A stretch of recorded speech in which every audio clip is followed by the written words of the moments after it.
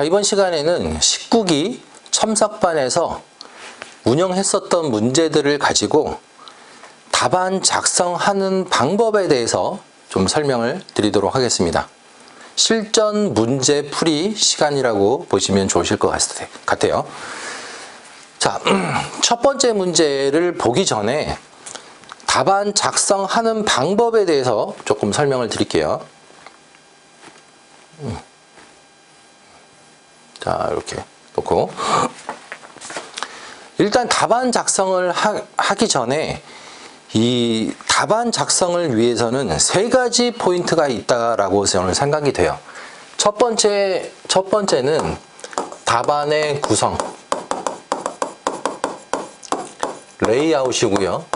두 번째는 주제와 주제, 그리고 주제는 이제 핵심 내용이죠, 핵심. 그리고 세 번째는 5% 답안. 자, 요거는 이제 차별화된 답안이라고 보시면 될 것 같아요. 차별화. 자, 여러분들 뭐 이제 차별화 해가지고 어떤 답안이 차별화된 답안인지 그거를 좀 설명을 드릴게요. 자, 첫 번째 답안 구성인데요. 답안은 이 답안 구성을 설명을 드리기 전에 먼저 이 건설 안전에는 전문가가 두 가지 전문가가 있어요. 건설 안전 기술사와 산업 안전 지도사가 있죠. 자, 기술사는 실무형 전문가예요. 그리고 지도사는 이론형 전문가라고 생각을 합니다. 자, 그래서 지도사 같은 경우는 법규라든지 표준안전작업지침이라든지 이런 것들을 묻는 거에 대해서 얼마만큼 정확하게 알고 있느냐를 가지고 평가를 하는 시험이고요. 기술사 같은 경우는 답안지에 이론과 실무를 얼마만큼 표현을 했느냐에 따라서 점수가 달라지는 시험이라고 생각을 합니다. 아마 시험을 이제 여러 번 보신 분들 중에는 이런 경험을 하고 계신 분이 있으실 거예요. 문제가 조금 자기가 준비하지 않은 문제가 나와서 이 문제를 그냥 현장에 적용하듯이 답안을 작성을 했더니 일반 점수보다 훨씬 높은 점수가 나왔다라고 경험하신 분들 있으실 거예요. 그 이유가 실무형 전문가를 양성하는 시험이기 때문에 그렇습니다. 그리고 채점을 하는 사람들도 이론만 적혀져 있는 답안보다는 이론을 실무에 어떻게 적용을 해서 그걸 개선하고 이런 것들을 훨씬 더 선호를 한다는 거죠. 그리고 지도사를 평가를 할 때 정확한 근거가 있잖아요. 그 법규 예를 들어서 지도사의 업무 5가지 그러면은 업무 5가지가 정확하게 그걸 썼냐 안 썼냐로 판단을 하는 게 지도사 시험이지만 이 기술사 시험은 똑같이 지도사 업무 5가지라고 한다면 그거를 어떻게 실무적으로 더 잘할 수 있는지 개선 방법이라든지 이런 것들을 쓰면 훨씬 더 높은 점수를 받는다는 거죠. 그리고 채점자들도 재량으로 점수를 줄 수가 있어요. 지도사는 이론형 여기 근거가 있기 때문에 근거로 몇 개를 썼는지 정확하게 그것만 세기만 하면 되지만 이거는 이제 채점자들이 그 답안을 보고 이거는 상당히 현장감 있게 작성을 했네 해가지고 재량으로 점수를 줄 수 있다는 거죠. 재량으로. 그래서 실무형으로 여러분들이 답안을 표현하셔야 된다. 이거를 좀 개념을 좀 가졌으면 좋겠고요. 자, 이 답안 구성은 기본적으로 두 가지 타입이 있다라고 생각이 되는데 A 타입과 B타입으로 구분을 할 수 있다라고 생각을 합니다. 자, B타입. 자, A타입 같은 경우는 예를 들어서 좀 쉬운 문제가 나왔어. 그래서 내가 한 장 반을 쓸 수도 있죠. 여기서부터 여기까지 이렇게. 자, 이렇게 이제 쓸 수가 있고, 그 다음에 이제 여기서부터 시작해가지고 이제 또 다른 문제를 이렇게 계속해서 쓰는 방식, 이렇게 쓰는 방식이 있을 거고, 또 B 같은 경우는 이제 용어형이지만 용어형으로 시험 답안지에다가 그냥 한 장에다가 이렇게 표현하는 방식이 있을 수 있겠죠. 이렇게. 논술 같은 경우는 이제 세 장에다가 표현하는, 그러니까 정형화된 틀을 가지고 있는 답안. 요거는 무형식인 답안이죠. 무형식인 답안. 자, 이랬을 때 어떤 게 더 유리할까를 여러분들이 판단을 하셔야 돼요. 이 틀이 없는 무정형화된 답안 같은 경우는 위험성이 상당히 있죠. 내가 알고 있는 문제들로만 나왔을 때는 뭐 많이 쓸 수가 있으니까 이 채우는 거는 문제가 없겠지만, 모르는 문제가 나왔을 때는 치명적인 결함이 발생하는 거죠. 모르는 문제가 나왔을 때. 모르는 문제 나왔을 때는 쓸 수가 없다는 거야. 쓸 수가. 자, 그런데 이 틀을 가진 정형화된 답안을 가지고 있으면 여러분들이 준비하지 않은 답안, 모르는 답안도 다 채울 수가 있어요. 왜? 연습을 하니까. 채우는 연습.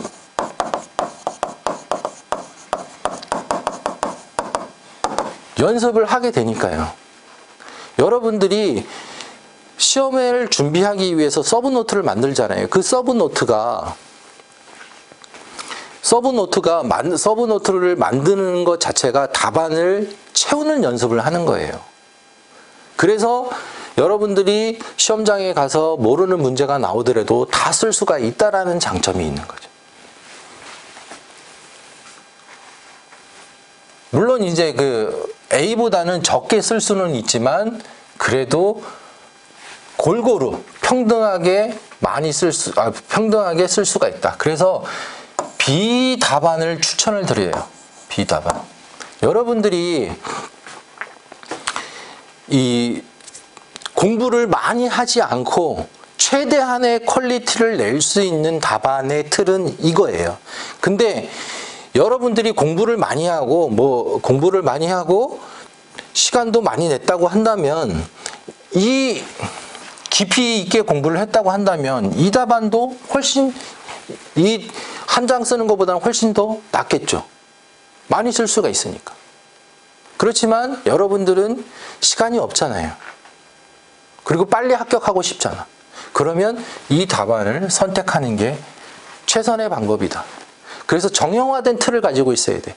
용어에서 정형화된 틀, 논술에서의 정형화된 틀, 그 틀 안에 답안을 작성하는 것을 연습을 하셔야 되는 거예요. 그래서 이 답안 구성 레이아웃의 중요성을 이렇게 말씀을 드리고 싶고요. 두 번째는 주제에 대한 핵심이 있어요. 주제에 대한 핵심. 자, 이거는 여기 이제 지울게요.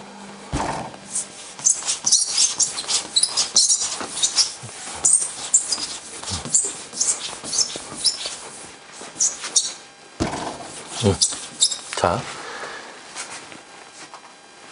히빙을 예를 들게요. 히빙. 자, 이 히빙을 출제자가 출제를 한다라고 생각을 했을 때, 출제자. 자, 히빙의 발생 원인과 방지 대책을 문제로 내고 싶어. 그 출제자는 히빙의 발생 원인과 방지 대책을 공신력 있는 자료에서 그거를 이제 그 복사를 해가지고 이제 제출을 하게 됩니다. 그걸 뭐라고 하냐면 출제 근거라고 해요. 자, 이 출제 근거를 가지고 채점자가 채점을 할 때 채점의 기준을 가지게 되는 거예요. 출제자는 이 출제 근거, 여기에 이제 원인과 방지 대책이 있겠죠. 요걸 가지고 채점자가 채점의 기준을 세운다는 거예요. 그래서 원인이 이제 답안을 보고 출제 근거에 있는 원인인지 아니면 아닌 게 있는지 그걸 가지고 이거는 좀 내용이 아닌 것 같은데 하면 점수를 안 준다는 거고, 이것이 정확한 내용 다 들어갔네? 그러면 거기에 주어진 점수, 원인을 썼을 때 주어진 점수를 얻을 수 있다는 거고요. 방지 대책에 주어진 점수를 얻을 수 있다는 거예요. 자, 그렇게 이 시스템은 이렇게 되는데, 문제는 뭐냐면 출제자의 출제 의도라는 게 있어요. 왜 이 문제를 냈을까? 출제자는 무엇을 얘기하고 싶었던 걸까를 생각을 해보셔야 돼요. 그래야 여러분들이 차별화된 답안을 만들 수가 있어. 그냥 단순히 원인과 방지 대책 이것만 생각하면 안 돼. 여러분들이 답안을 만들 때는 항상 생각을 하고 만드셔야 돼. 여러분들은 빨리 합격하고 싶잖아. 그럼 빨리 합격을 하려고 그러면 어떻게 하면은 더 나은 답안을 만들 수 있을까를 생각을 하시고 답안을 만들어야 돼요. 자, 이게 포인트예요. 더 나은 답안. 여러분들 더 나은 답안을 만들기 위해서 강의를 듣는 거예요. 안 그러면 그냥 혼자 만들면 되지 뭐하러 들어. 더 나은, 더 잘 작성된 답안을 만들고 싶어서 강의를 듣는 거죠. 그러면 제가 하고 싶은 말은 출제자의 출제 의도를 알면은, 출제자의 출제 의도를 알면 그걸 답안에 표현하게 되면 고득점을 받을 수 있다는 거죠. 그래서 출제 의도가 뭔가를 살펴봐야 돼. 그냥 아는 문제야 막 이렇게 쓰는 게 아니라는 거지. 한 번만 생각해 보자는 거죠. 도대체 이 사람은 뭘 의도를 한 걸까? 그거를 생각을 하면 거기다가 표현한다는 거죠. 일단 히빙이라는 걸 문제를 냈을 때, 히빙은 설계를 할 때 안전성 검토 대상이에요.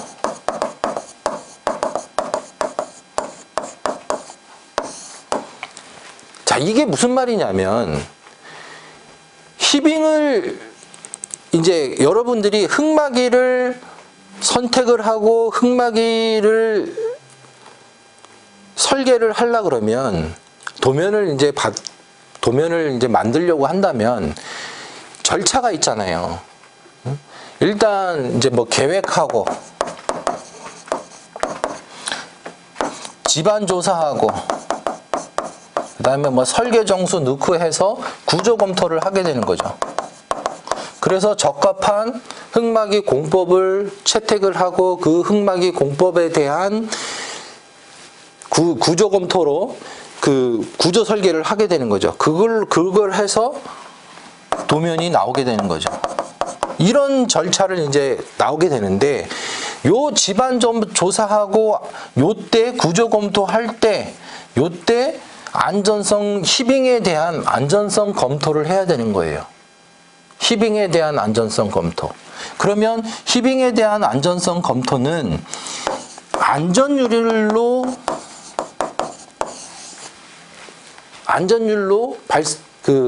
설명을 할 수 있다라는 거지.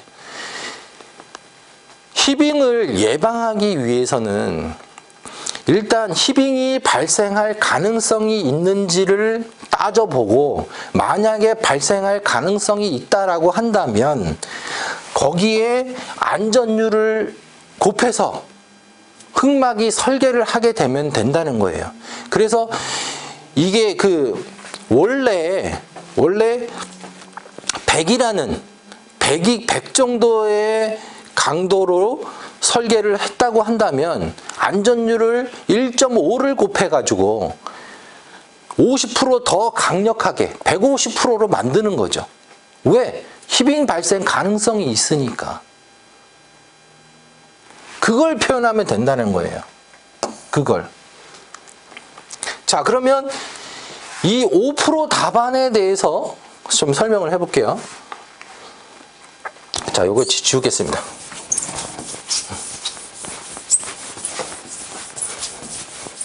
네. 자, 5% 답안. 95% 답안과 5% 답안이 있어요.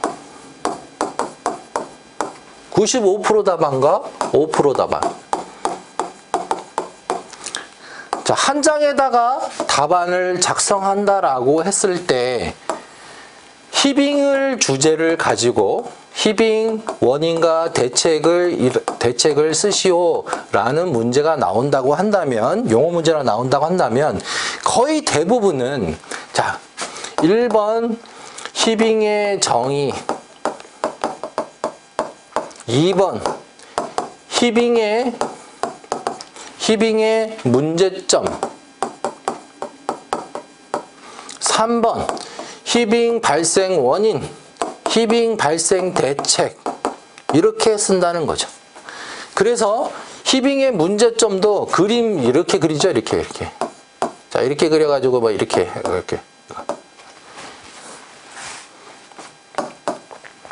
흑막이 그림 그려놓고 이렇게 그린단 말이에요. 그래갖고 뭐 문제점 뭐 이렇게 쭉쭉쭉쭉 뭐 이렇게 쓰거나. 자, 이렇게 쓰는 게 거의 95%예요. 지금 거짓말을 하는 게 아니고요. 여러분들 지금 이 영상을 보고 계신 여러분들 답안을 한번 보세요. 다 이렇게 써져 있어. 진짜예요. 이걸 가지고 점수를 매기는데 채점자가 어떻게 점수를 매기냐면, 자, 6점을 기준으로 해가지고, 자, 요렇게 쓰면 그냥 6점이야. 6점인데, 이거보다 글씨가 좋고, 그림도 이쁘고, 조금 더 디테일한 내용이 있네? 그러면 7점이 되는 거예요. 이걸 기준으로, 이거보다 좀 못하게 썼네? 5점. 더 못하게 썼네? 4점. 이렇게 점수를 받게 되는 겁니다.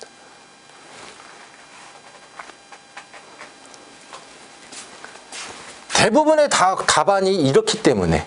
자, 그러면 여러분들이 답안을 작성을 할 때 이 5% 답안, 차별화된 답안은 어떤 답안인가 한번 생각해 보면, 자, 1번 히빙의 정의, 2번 히빙의 문제점, 자, 여기까지는 똑같아요. 3번 히빙의 발생 원인 및 방지 대책 해가지고 원인 방지 대책 쓰고 4번으로 뭔가를 하나 더 쓴다는 거지. 뭔가를 하나 더 쓴다는 거죠. 자, 그러면 생각을 해보자고요. 그냥 단순하게 생각을 해보자고. 이게 이제 건설안전기술사 시험은 매회 1000명씩 시험을 봐요. 그러면은 이 히빙 같은 문제는 쉬운 문제이기 때문에 거의 뭐 대다수가 이 문제를 다 써요. 다 쓴단 말이야. 그러면은 그러니까 천장이 이제 다 썼다고 가정을 하고, 천장이나 뭐 이제 천장보다 더 많을 수도 있겠죠. 한 장 반, 뭐 2장을 쓰는 사람도 있을 거니까. 어쨌든 천장이 왔다고 생각을 하자고요. 그러면 채점하는 사람이 보면 다 이렇게 썼어요, 그냥. 진짜요. 그래서 원인, 문제점, 대책 이거 가지고 이제 점수를 매기다가, 이 사람 뭔가 하나를 더 썼네? 특이한데? 라는 생각하지 않을까요? 그리고 그 내용이 이제 어찌됐든 뭔가를 하나 더 썼으면 플러스 점수예요. 플러스. 1점이라도 더 얻을 수 있다라는 거지. 그래서 여러분들은 5%의 답안과 95%의 답안이 있으면 이제 95%는 어떻게 쓸까를 한번 생각을 해보고 95%보다 뭔가 하나를 더 쓰겠다라는 일단 마음가짐이 하나 있어야 돼. 그 다음에 이게 지금 그 흑마기 설계 절차가 나오게 된다고 한다면, 자, 흑마기 설계 절차는 계획에서 집안조사 설계 정수를 더해서 구조 검토를 하게 되고 거기에서 흑마기 설계가 나와서 도면이 나오게 된다. 이 절차, 그 다음에 여기에 안전율을 곱해주는데 히빙의 안전율 1.5를 곱해주면 된다. 이렇게 그냥 여기 이거 표현하면 이 사람 뭐예요? 채점하는 사람이 설계하는 사람인가 보다 해가지고 점수를 줄 수밖에 없다. 그래서 뭔가를 하나 더 쓰면 된다는 거예요. 뭔가. 여기다가 흑마기 설계 절차를 몰라도 만약에 이런 걸 하나 더 쓸 수도 있겠죠. 자, 히빙이 원인 및 방지 대책을 해가지고 방지 대책을 적용했음에도 불구하고 발생할 수가 있잖아. 히빙에 발생했을 때 그걸 쓰면 되는 거예요. 그걸. 그러니까 히빙 발생 시 대처 방안 뭐 이런 걸 쓰게 되면 그나마 1점이라도 더 얻을 수 있다라는 거죠. 1점이라도. 왜? 이거보다는 뭔가를 하나 더 썼으니까. 여러분들이 채점관이라도 점수를 줄 수밖에 없다니까. 뭔가를 하나 더 썼는데 당연히 점수를 줄 수밖에 없죠. 그리고 그 내용이 그럴듯하다고 한다면 그렇지. 왜냐하면 이건 재량의 영역이거든요. 채점관의 재량의 영역이기 때문에 채점관이 점수를 줄 수밖에 없다. 그래서 이런 거를 개념을 좀 이해를 하시고 답안 작성의 개념을 좀 이해를 하시고 답안 작성할 때 여러분들이 그거를 참고를 해서 답안을 작성해 주셨으면 좋겠어요. 자, 일단 답안 작성 방법에 대해서 이제 설명을 좀 드렸고, 실제로 답안을 작성했을 때 실전 문제를 가지고 설명을 드리도록 할게요. 자, 요렇게 산업안전보건관리비 문제가 있어요. 산업안전보건관리비. 자, 산업안전보건관리비에 공사 진척에 따른 사용 기준이 나왔단 말이야. 그러면 95%의 사람들은 95%의 답안은 어떻게 구성을 하냐면 1번 산업안전보건관리비의 정의, 2번 산업안전보건관리비의 계산 기준, 3번 공사 진척에 따른 사용 기준, 4번 여기 뭐 쓸 것 같아요? 사용 항목, 그리고 조금 더 공부를 많이 하신 분들은 뭘 쓸까요? 불가 항목을 쓰겠지. 이렇게 해서 답안을 한 장 구성을 하게 됩니다. 자, 요게. 지금 이 문제를 작성해라고 제가 요 실전 문제 풀이를 안 하면 대부분은 진짜 다 이렇게 작성을 하실 거예요. 이렇게. 자, 그러면 제가 말씀을 드리고 싶은 거는 첫 번째 답안 구성, 두 번째 주제와 핵심, 세 번째 5% 답안. 자, 요걸 가지고 이제 적용을 해보면 첫 번째는 일단 여러분들이 문제를 받으면 문제에서 요구하는 것이 무엇인가를 따져보셔야 돼요. 산업안전보건관리비의 공사 진척에 따른 사용 기준을 물어봤구나. 요거 하나. 그래서 이게 사용 기준이 여기에 이렇게 대제목으로 있으셔야 돼요. 대제목으로. 만약에 물어본 거를 안 쓰고 산업안전보건관리비 뭐 그냥 다른 내용으로 딱 썼다. 그건 잘못된 거지. 문제에서 요구한 걸 쓰고 그거와 관련된 실무적인 내용을 썼을 때 점수를 얻을 수 있는 거지, 문제에서 요구한 거를 전혀 쓰지도 않고 답안을 작성한 거는 엉뚱한 답안인 거죠. 그래서 이렇게 작성을 하면 안 되고요. 안 되고 이 문제에서 요구하는 게 무조건 답안에 있어야 돼. 답안에. 그래서 뭐 이렇게 있든 대제목으로 있어야 돼요. 자, 여기에서 답안 구성은 이 95% 답안보다 이제 조금 차별화된 답안을 쓸 수 있어야 하면서 이제 하려면 주제가 무언지를 찾아야 돼요. 주제. 일단 산업안전보건관리비에 물어본 게 사용기준이잖아. 사용기준이란 건 뭐예요? 사용기준. 물어본 거는 주제는 여기에서의 주제는 안전관리비를 사용이잖아요. 주제는 산업안전보건관리비의 사용이에요. 돈을 사용하는 거지, 돈. 주제는 산업안전보건관리비의 사용이 주제예요. 주제.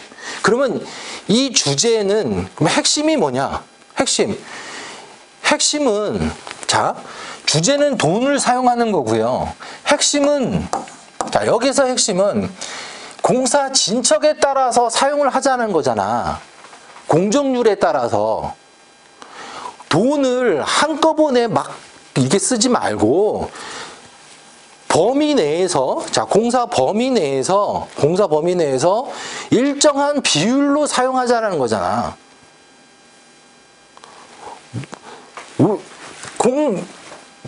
이게 공정률이 50%일 때 50% 사용하고 70%일 때 70% 사용하고 90%일 때 90% 사용하자. 그거를 지침을 만들어 놨잖아요. 왜? 이게 그 비율대로 사용을 하려고 너무 많이 그 막 사용하고 막 한꺼번에 사용하고 과도하게 사용하고 뭐 이런 거를 방지하기 위해서 그게 핵심인 거죠. 핵심은 일정 비율로 사용하자라는 게 핵심이에요. 돈을 사용하는데 일정 비율로 사용하자. 응? 그게 핵심인 거지. 그래서 이 답안에는 자 1번 정의. 자, 1번은 산업안전보건관리비의 정의. 2번에는 산업안전보건관리비의 사용 원칙이 나와야 돼요. 응? 사용 원칙에는 뭐 목적에 사용을 하면 안 되고 일정 비율을 사용해야 되고 이거를 여기 쓰는 거지. 그 다음에 세 번째에는 사용 기준이 들어가야 되고 네 번째에는 이거 우리가 실무형 전문가를 양성하는 시험이잖아요. 그래서 건설 현장에서 산업안전보건관리비를 공사 공정률에 따라서 사용하는 항목들이 있고 비율이 있단 말이야. 처음에 착공을 했을 때 뭐부터 우리가 사요?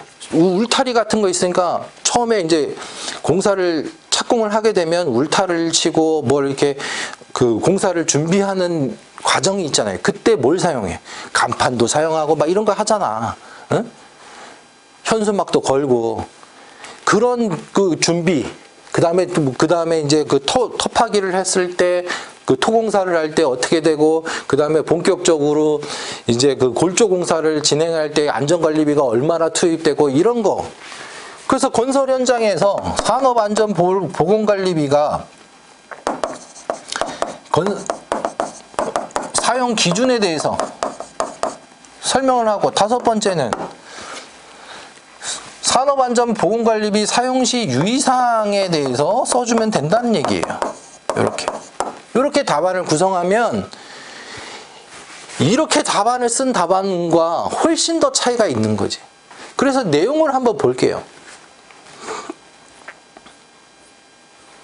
자, 산업안전보건관리비의 공사진척에 따른 사용 기준 해갖고 산업안전보건관리비의 정의를 쓰고 그 다음에 사용 원칙 공정률에 비례해서 사용하고 공사 초기 계획적 집행이 필요하고 그 다음에 여기에다가 자 2번 자 여기 이제 요거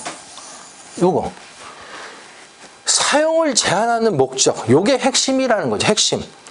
특정 시점에 집중 사용 또는 과도한 집행을 방지하기 위해서 이게 공정률에 따라서 일정한 비율로 사용하자라고 만든 거예요. 요게 이렇게 그냥 한꺼번에 그냥 막 확 이렇게 쓰지 말고 돈을 계획적으로 사용을 하자. 요게 이제 핵심인 거죠. 핵심을 여기다가 이렇게 표현하고, 자, 핵심은 답안에서 이 사람이 출제자가 무엇을 의도했는지를 파악하고 거기에 이렇게 표현하는 거예요. 이거를 채점자가 이런 거를 봤을 때 점수가 달라지게 되고, 그리고 여러분들이 이 핵심을 표현하는 능력을 키워야 돼요. 자, 요거는 이 문제는 이게 핵심이고, 다른 문제에서 또 핵심을 사용하는 방법에 대해서 설명을 드릴게요. 자, 그래서 3번은 공정률에 따른 사용 기준, 그 다음에 건설 현장 공정률별 사용 기준 해가지고 0에서 10%일 때, 30%일 때, 50%일 때, 70%일 때, 90%일 때, 이렇게 100%일 때, 그 다음에 사용시 이상 이렇게 작성을 하면 되는데, 실제로 이제 답안 작성한 거를 이렇게 보여드리면 산업안전보건관리비의 정의, 그리고 산업안전보건관리비의 사용 원칙, 공사 진척에 비례해서 사용해야 되고, 공사 초기 계획에 의한 집행이 필요하고, 기준에 의한 목적 외에 사용을 하면 안 된다. 그리고 사용 제한하는 목적은 과도한 집행 방지가 목적이다. 그리고 공사 진척에 따른 사용 기준이 문제에서 요구하는 게 이렇게 답안에 작성이 되고, 그 다음에 공정률에 따른 사용 기준, 착공에서 10%, 30%, 50%, 70%, 90%, 준공까지 뭐 이렇게 해서 뭐 안전시설을 추가를 하고 안전교육 강화하는 시기이고, 사고 예방 조치를 강화하기 위해서 뭐 이제 안전장치를 추가로 설치하고 뭐 이런 기간이죠. 그다음에 그 고위험 작업에 대한 집중 기간이고, 마감 공정할 때 고위험 작업들이 많이 발생하기 때문에 그래서 마무리 때는 주로 이제 안전점검에 비용이 들어가게 된다. 자, 이런 것들을 사용 기준을 이렇게 표현을 하고, 그다음에 산업안전보건관리비 사용시 주의사항 몇 가지 이렇게 써두시면 이렇게 답안이 된다는 거죠. 자, 그다음에 여기도 보면 이제 뭐 그 산업안전보건관리비 사용기준 준수 목적 및 판단 근거 해가지고 근거를 이렇게 넣어냈어요. 훨씬 좋죠. 그 다음에 공사 진척에 따른 사용 기준, 그리고 사용에 대해서 준수하고 점검하는 방법, 그리고 점검 절차, 그리고 점검 결과에 따라서 환수 조치를 할 수 있다라는 거죠. 환수 조치하고 반환, 환수, 감액 뭐 이런 걸 할 수 있죠. 감액, 반환, 환수 뭐 이렇게. 자, 다음 그리고 이제 싱크홀 문제 보도록 하겠습니다. 싱크홀. 일단 여러분들이 문제를 받으면 줄부터 쳐야 돼요. 싱크홀 발생 원인 하나, 방지 대책 둘. 주제는 뭐예요? 싱크홀이죠. 주제는 싱크홀. 자, 그러면 95%부터 답안을 어떻게 쓰냐면 1번 싱크홀의 정의, 2번 싱크홀의 문제점, 싱크홀의 발생 원인, 싱크홀의 방지 대책 이렇게 써요. 거의 대부분 이렇게 써. 여기에서 이제 퀄리티의 차이가 조금 있을 뿐이지 거의 대부분은 다 이렇게 쓴다. 그러면 5%는 어떻게 쓸까? 저라면 이렇게 쓸 것 같아요. 1번 정의, 2번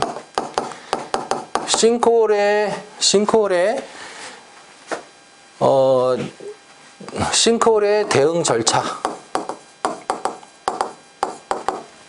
그 다음에 세 번째 원인 및 대책 해가지고 원인 쓰고 대책 쓰고. 네 번째는 뭘까요? 싱크홀 탐지 방법 및 만약에 있을 경우에 대응 방안을 쓸 것 같아요. 이렇게. 그러면 자, 한번 볼게요. 싱크홀은 2014년에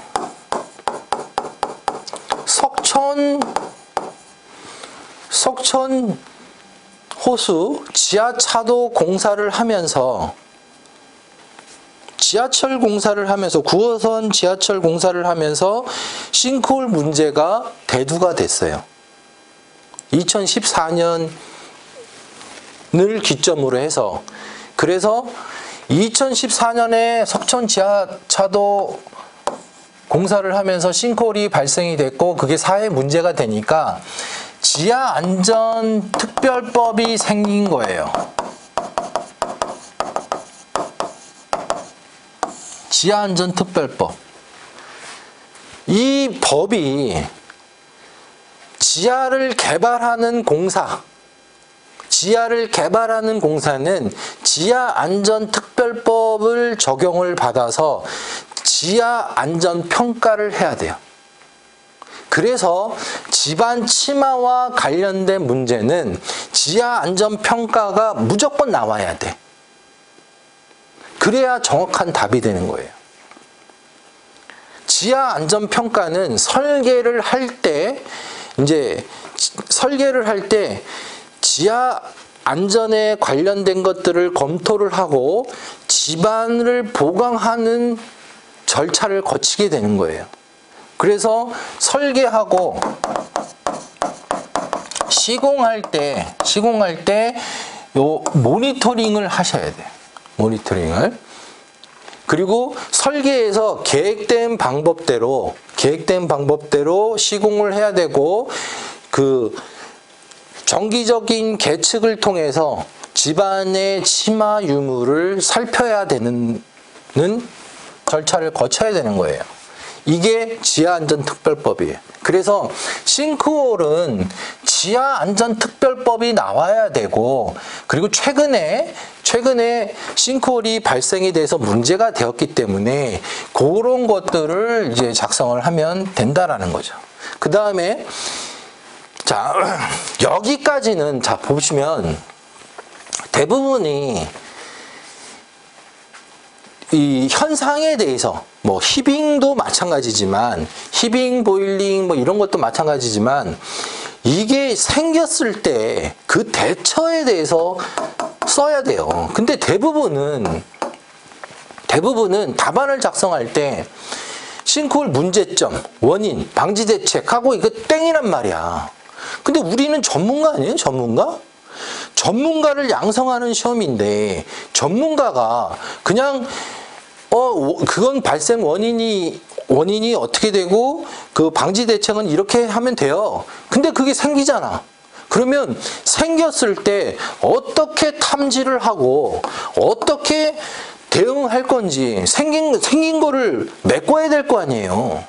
메꾸는 공법은 어떤 공법들이 있는지 그 해법을 제시를 해야 될 거 아니야. 그게 전문가지.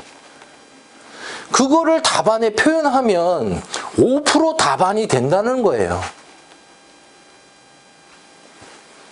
95% 그냥 원인 방지 대책 땡 이게 아니고 요게 생겼잖아요. 지금 생겼잖아. 이걸 메꿔야지. 전문가답게 메꾸는 공법에 대해서 안전한 절차에 대해서 설명을 해줘야지. 그게 전문가지. 자, 그러면 답을 한번 볼게요. 자, 싱크홀의 정의를 쓰고 싱크홀의 사고 현황 및 대응 동향 해가지고 지난 10년간 전국에 2,000개 이상 싱크홀이 발생이 됐고 2014년에 석촌 지하차도에 싱크홀이 발생되면서 지하안전특별법이 제정이 되었다. 이게 박스를 쳐가지고 강조를 하게 되는 거죠. 그리고 25년 3월에 강동구에서 한 명이 추가로 사망하게 되었다. 그리고 발생 원인은 이거고 방지 대책은 이거고. 그리고 싱크홀을 감지하는 방법은 이거고 보강 방안은 이거다. 이렇게 이제 답안을 구성하면 된다는 거죠. 그래서 이제 실제로 작성한 답안을 보면 자, 싱크홀이란 집안이 갑자기 함몰되어서 이렇게 하는 거고 그다음에 싱크홀 사고 현황 및 대응 동향, 발생 원인, 방지 대책. 자, 싱크홀은 자연적인 원인과 그다음에 인위적인 원인으로 구분을 할 수가 있어요. 그래서 뭐 여기다가 자연적인 원인, 인위적인 원인 요렇게 또 추가를 하시면 또 채점관의 마음을 움직여서 더 높은 점수를 얻을 수 있겠죠. 그리고 싱크홀을 감지하는 방법은 지금 현재 기술력으로서는 GPR 탐사가 가장 좋은 방법이에요. 그래서 이제 그 싱크홀 지금 서울시에 싱크홀 지도를 만들었는데 지도를 이제 공표를 하지는 않고 있지만 지도 만들 때 사용하는 공법이 요 GPL 탐사 공법이에요. 그래서 GPL 탐사로 싱크홀이 이제 있다고 가정을 한다면, 있다고 이제 판별이 된다면 이제 요런 두 가지 공법으로 그 공동을 채울 수가 있게 되는 거예요. 공동을. 그래서 요렇게 답안을 구성하셔야 된다.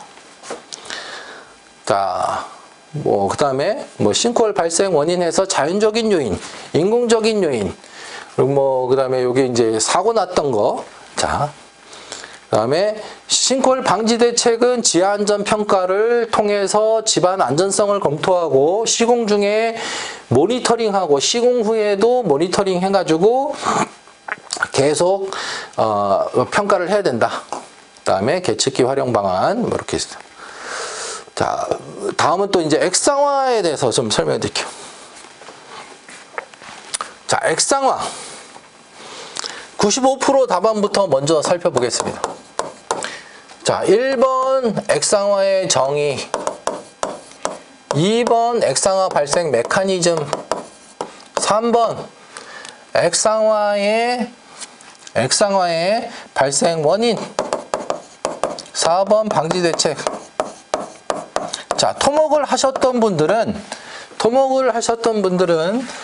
발생 가능 지방까지 추가를 할 수도 있다라고 생각이 돼요. 자, 요게 이제 95% 답안이고, 그러면 이제 5% 답안은 어떤 거냐? 문제에서 요구하는 건 발생 메커니즘이에요. 발생 메커니즘. 그래서 1번 정의, 2번 발생 메커니즘, 3번은 뭘 쓸까? 자, 액상화라는 거는요, 이게 히빙과 보일링과 마찬가지로 이 현상에 대한 안전성 검토 대상이에요. 얘는 안전성 검토 대상이야. 그래서 이 설계를 할 때 이 액상화 설계 절차가 있어요. 설계 절차를 쓰셔야 돼요. 자, 이게 무슨 말이냐면 이 집안이 액상화 발생 가능성이 높은 집안인 경우에는 지진에 대비해서 안전율을 더 높게 설정을 하는 거죠. 그러니까 원래 지진의 발생에 대비해서 안전율을 높게 설계를 하는데 지진 발생 여기 그 액상화 발생 가능성이 높은 집안, 연약한 집안인 경우에는 훨씬 더 높은 안전율을 적용하게 되는 거죠.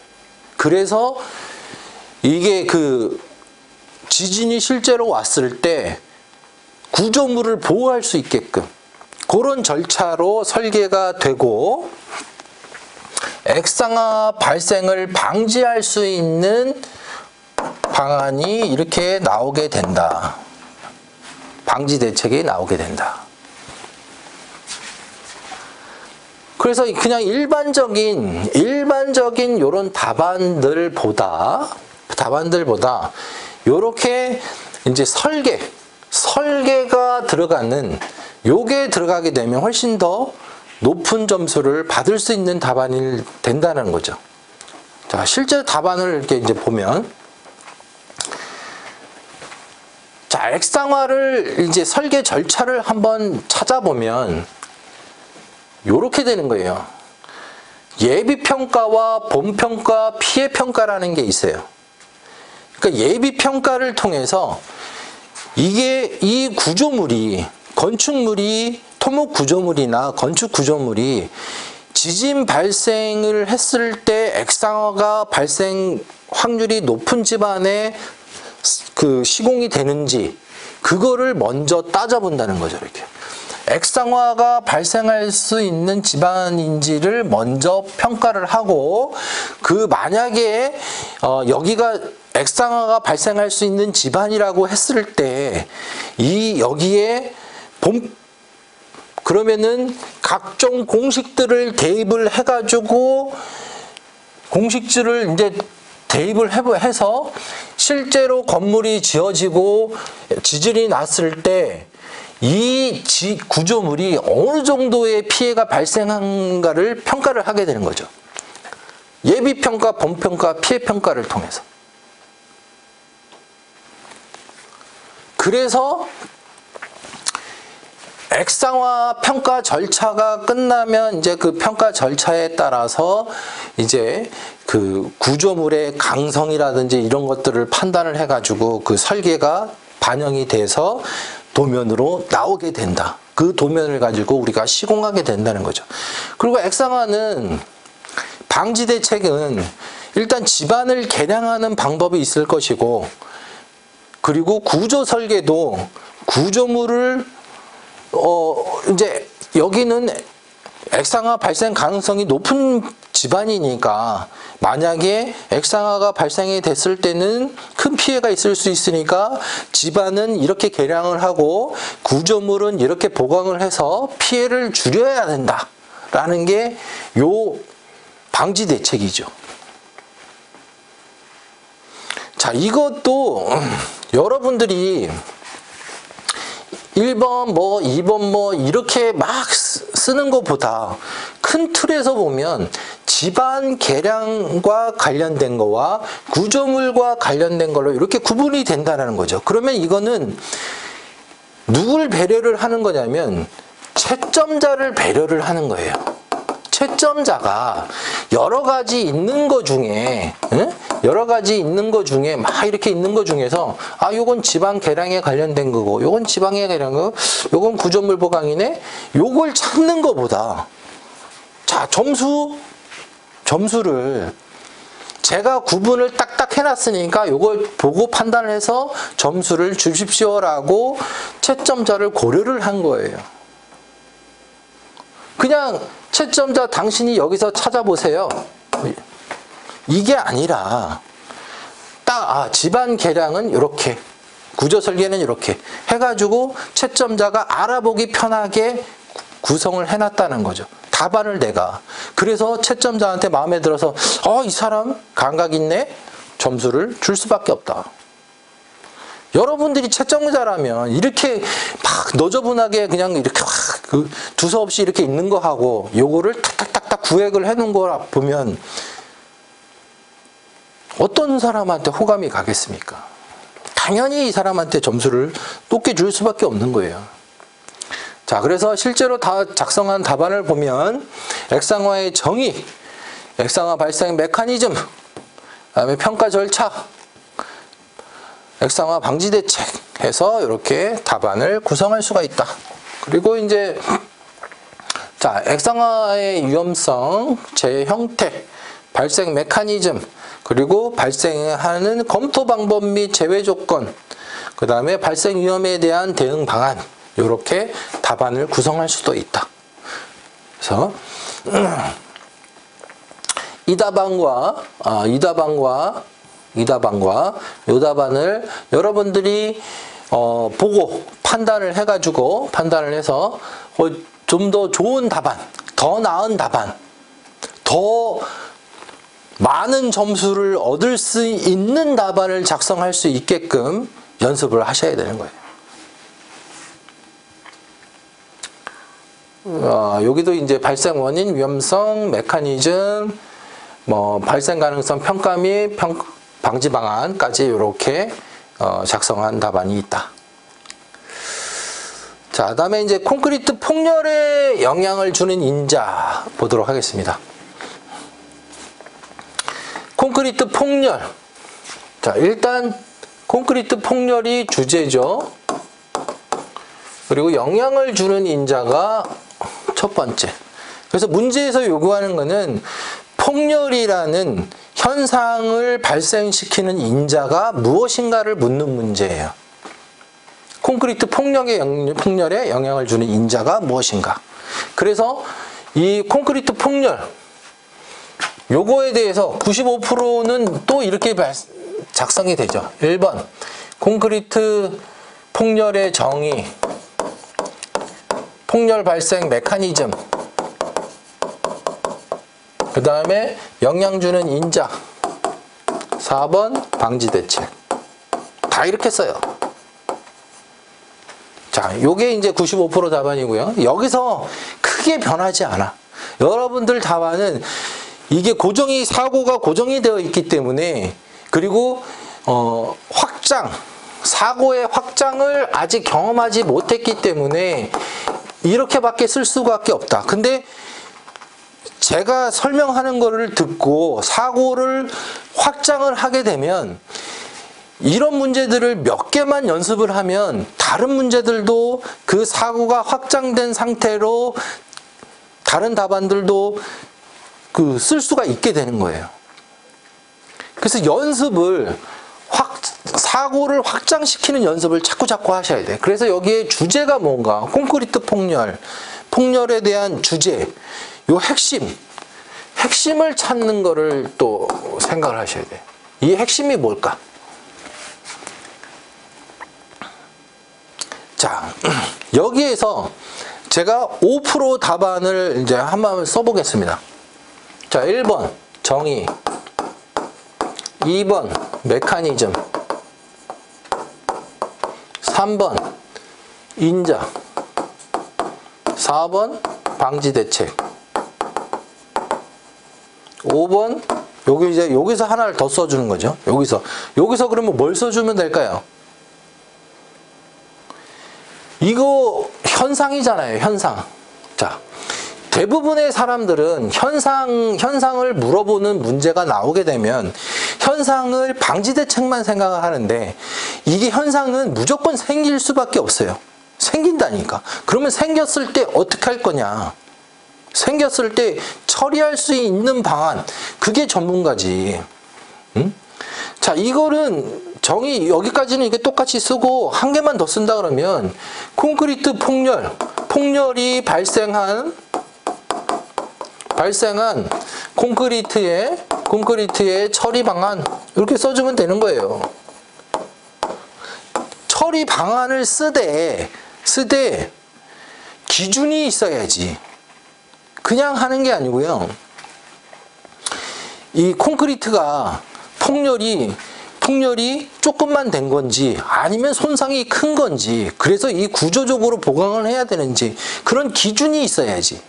그 기준을 가지고 우리가 시장에서 야매로 하는 사람들도 아니고 전문가 아닙니까? 전문가라는 건 나름 정확한 기준을 가지고 한단 말이에요. 정확한 기준을 가지고 대처를 하는 사람이 전문가지, 야매로 그냥 감으로 하는 거는 그건 전문가가 아니에요. 전문가는 어떤 기준을 가지고 하는 거. 그래서 폭렬에 대한 보수 기준을 가지고 있어야 돼. 보수 기준. 그래서 폭렬에 대한 보수 기준을 찾아서 거기다 써주면 하면 되지.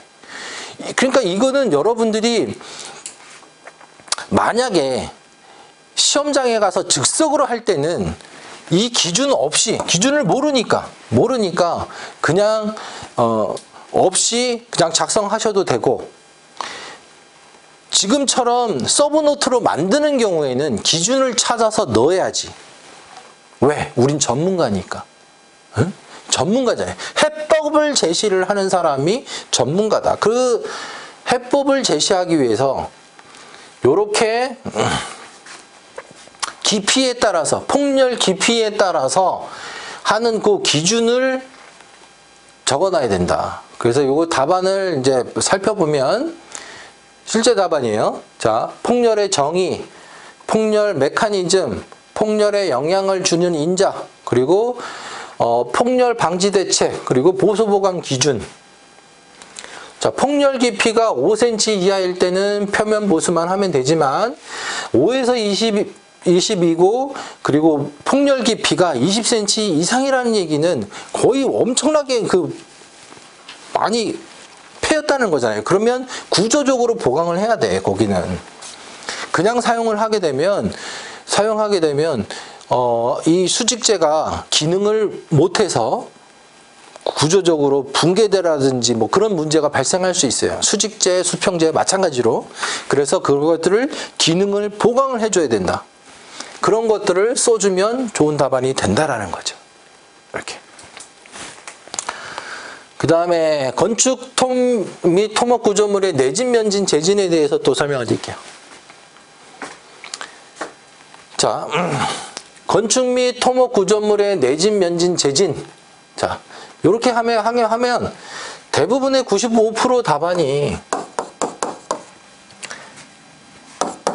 1번 건축 및 내진, 면진, 재진의 정의 쓰고, 그 다음에 지진 발생 개요도, 그 다음에 건축 구조물의 내진, 면진, 재진 해가지고 내진, 면진, 재진, 뭐 그 다음에 구조물 보강 방법 이렇게 쓸 거예요 아마.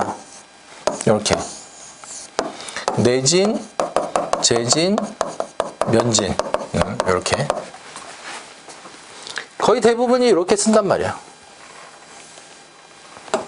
95%는 지진이 구조물에 미치는 영향, 뭐 이렇게 영향, 그리고 지진 발생에 대비한 구조물의 내진, 재진, 면진 해가지고 뭐 이렇게 쓰겠죠. 이렇게 여기 이제 내진, 재진, 면진, 그 다음에 구조물 보강 방안 이렇게 해가지고 답안을 구성하게 될 겁니다.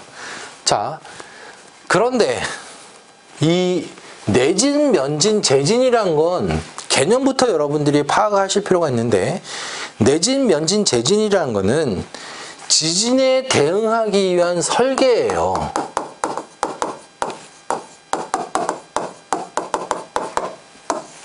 지진에 대응하기 위한 설계라는 거지. 그래서 대한민국은 건축물이나 구조물을 축조를 할 때 이 내진, 지진이 왔을 때를 대비를 해가지고 리히터 규모 몇 이상 왔을 때를 대비해서 내진 기법이라든지 면진 기법이라든지 구조물의 종류에 따라서 재진 기법이라든지를 적용을 해야 돼요.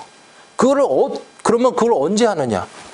설계할 때 이 개념을 검토를 해야 된다는 거예요. 그러니까 정확한 개념은 이런 내진, 재진, 면진 이런 것도 있지만 설계를 할 때 안전성을 검토하는 거예요. 안전성을 검토하는 제도라는 거지. 그래서 여러분들이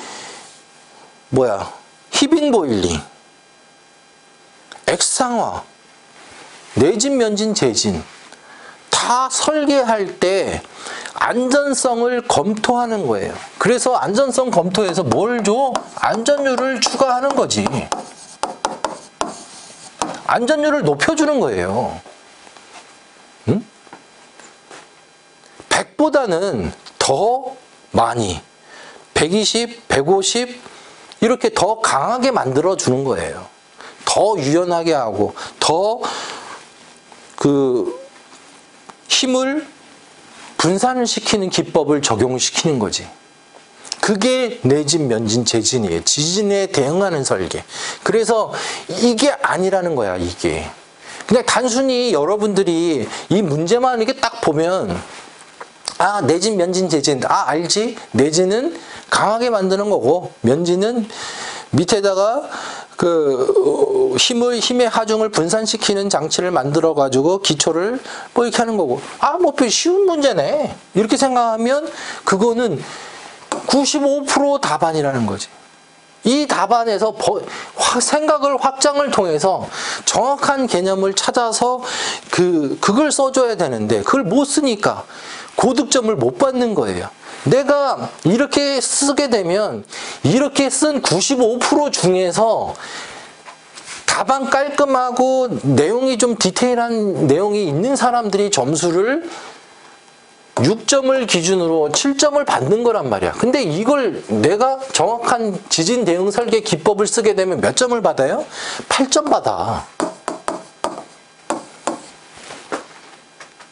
그걸 이해를 하셔야 돼요. 그래서 한번 보자고요. 어떻게 썼나?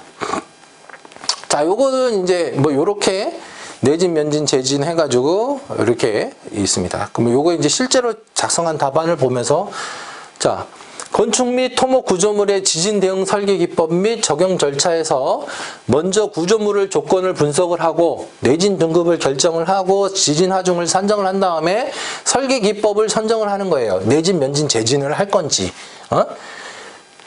이런 등급에 따라 구조물의 조건에 따라서 이 설계 기법이 달라지는 거예요. 얘는 교량이기 때문에 중요 교량이기 때문에 내진과 면진 기법을 같이 사용을 해야 되는 거고, 얘는 고층 건물이기 때문에 내진과 재진 기법을 적용을 해서 사용을 해야 됩니다. 이런 것들이 들어가야 되는 거죠. 그리고 나서 여기 내진, 면진, 재진이 되는 거고, 그 다음에 설계 기법을 적용할 때 무엇을 유의해서 해야 되는지를 여기다 이렇게 쓰는 거죠.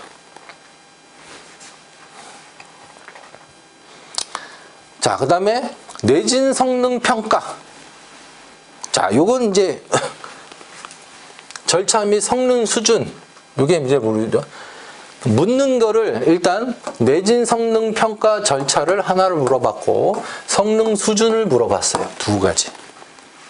그러면 대부분의 이제 내진 성능 평가의 정의 95% 답안부터 볼게요.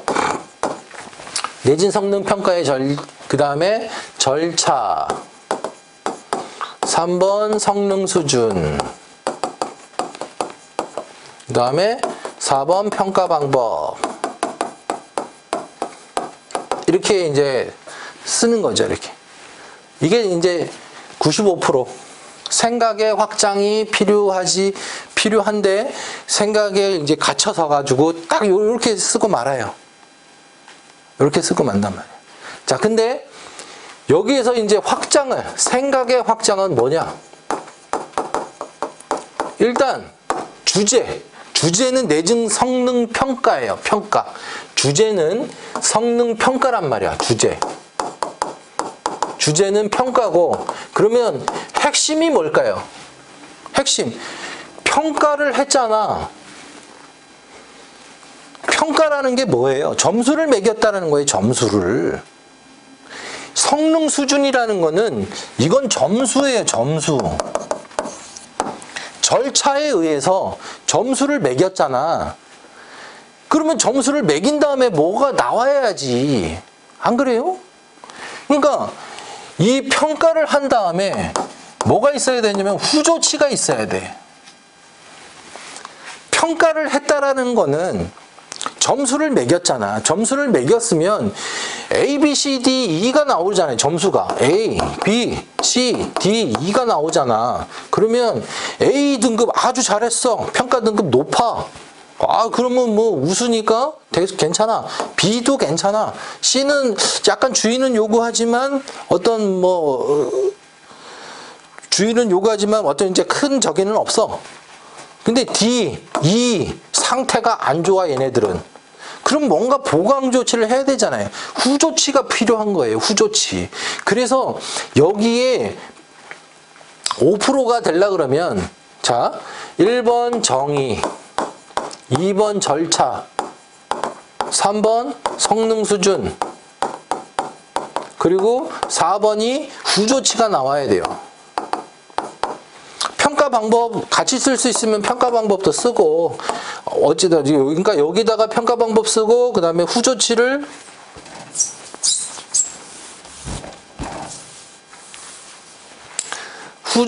그러니까 이제 평가 방법 그 다음에 후조치를 여기다 이렇게 쓰면 되겠죠. 이렇게 자 한번 볼게요.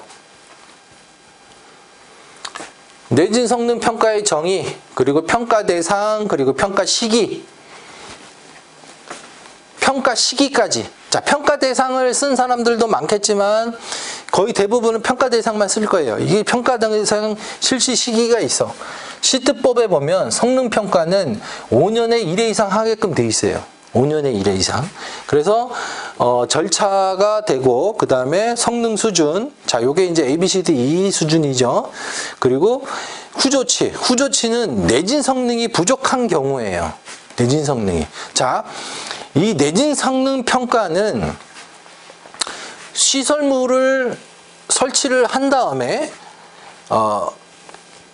시설물을 설치한 다음에 할 수도 있지만 이제 그 새로 설계하는 것도 내진 성능 평가를 하게 된단 말이에요. 그래서 내진 보강 설계를 하고 내진 보강 공사를 한단 말이에요. 그 내용을 쓰면 된다. 그래서 여기 이 답안처럼 내진 성능 평가의 정의, 평가 대상, 그 다음에 절차, 그 다음에 성능 수준, 그 다음에 보강 방안, 강도 및 강성 보강하고 연성 보강하고 지진을 저감하는 방안, 이렇게 해서 보강을 해야 된다. 후조치를 해야 된다는 거예요. 그리고 이제 그 마지막 문제, 흙의 전단 파괴. 자, 흙의 전단 파괴. 그러면 이 문제도 이제 그 쉬운 문제예요. 쉬운 문제인데 이 문제 같은 경우 일단 대부분의 사람들이 95%의 답안이 이렇게 이제 작성을 합니다. 일단 흙의 전단 파괴의 정의, 2번 흙의 전단 파괴의 문제점, 흙의 전단 파괴 해가지고 세 가지가 이게 나오죠. 이렇게 세 가지. 그 다음에 네 번째 전단 파괴 방지 대책.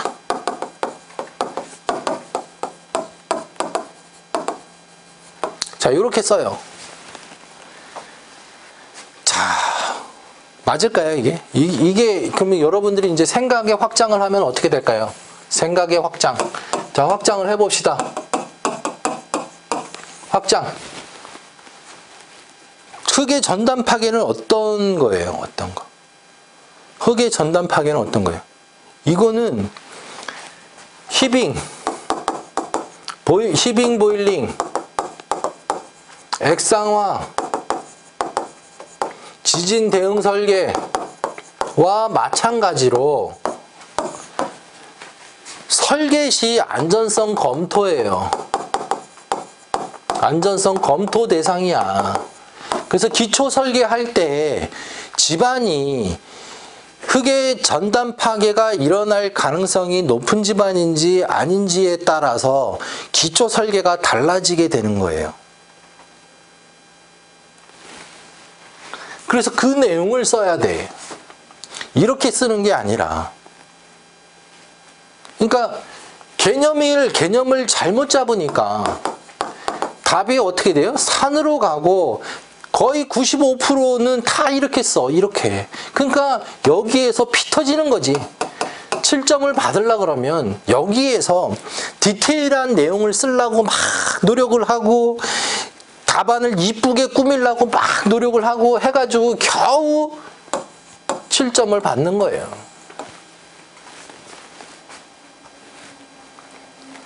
근데 정확한 개념을 알고 쓰면 그냥 살짝만 이제 써주면 어떻게 돼요? 8점 받는 거지.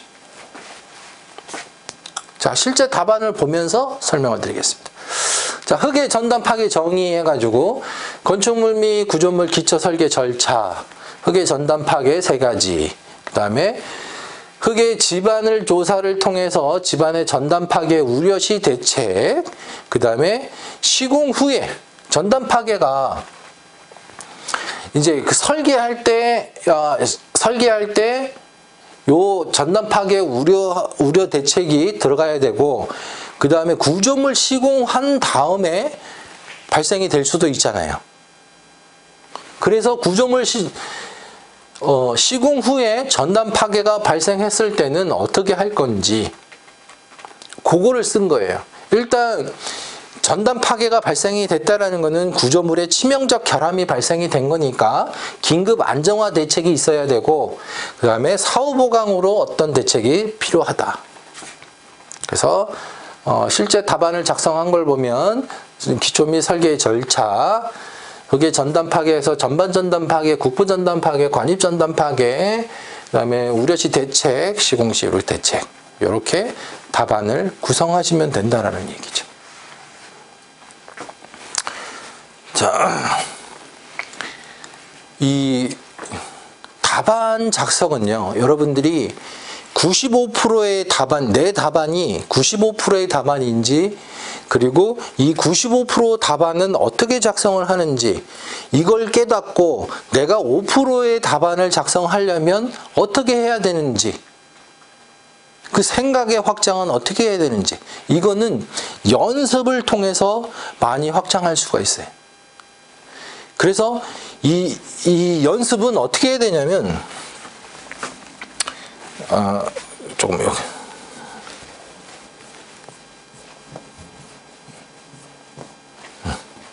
자, 이 연습은요,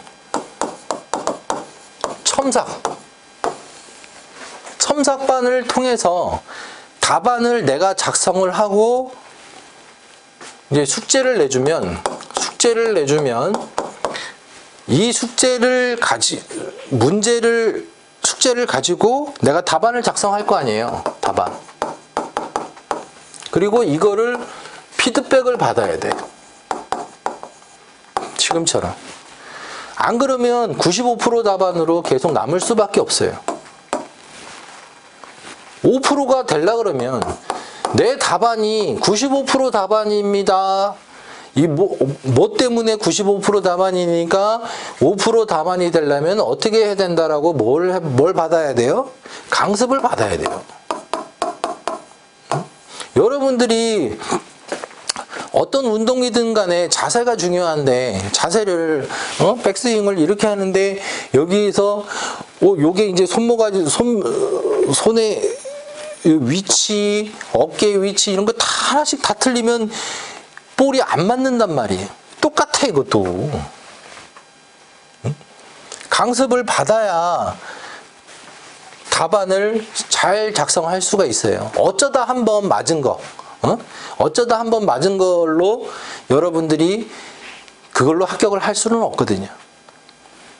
전체적으로 잘 써야 합격을 할 수 있는 시험이기 때문에 시험은 5%가 돼야지 합격할 수 있어요. 그래서 첨삭반에서 이 답안을, 누군가가 내 답안을 개선을 할 수 있게끔 지도를 해주는 게 가장 좋은 방법이에요. 그래서 첨삭을 해줄 수 있는 학원을 찾아서 거기서 첨삭 답안 작성을 연습하시는 것을 추천을 드립니다. 우리 학원에서는 첨삭반을 지금 19기까지 했고 20기 이제 진행을 할 예정이에요. 그래서 수강을 하게 되면 첨삭반에 자동 첨삭이 되니까 숙제만 열심히 하신다고 하면 답안 작성을 훨씬 더 잘할 수 있게 되는 겁니다. 여기까지 하도록 하겠습니다. 감사합니다.